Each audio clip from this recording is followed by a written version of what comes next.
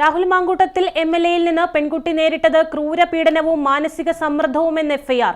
ഗർഭിണിയായ ശേഷവും മാങ്കൂട്ടത്തിൽ പെൺകുട്ടിയെ ബലാത്സംഗം ചെയ്തെന്നും പുറത്തു പറഞ്ഞാൽ കൊല്ലുമെന്ന് ഭീഷണിപ്പെടുത്തിയെന്നും എഫ്ഐആറിൽ പറയുന്നു.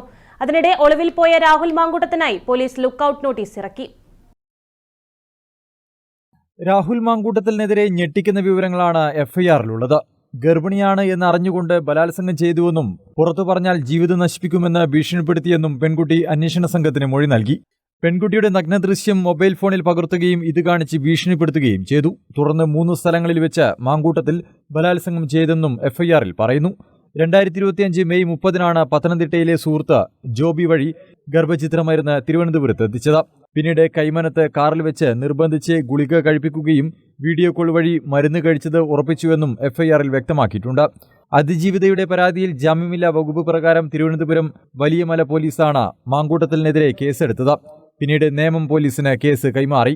ലൈംഗിക പീഡനം, ഗർഭചിത്രത്തിന് പ്രേരണ, വധഭീഷണി തുടങ്ങിയ ആരോപണങ്ങൾ ഉന്നയിച്ച് പെൺകുട്ടി പരാതി നൽകിയതിനെ തുടർന്നാണ് കേസ്.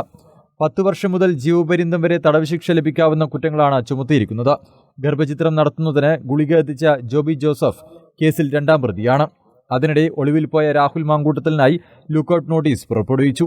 വിദേശത്ത് കടക്കാതിരിക്കാൻ വിമാനത്താവളങ്ങളിലാണ് പോലീസ് ലുക്കൌട്ട് നോട്ടീസ് ഇറക്കിയത്.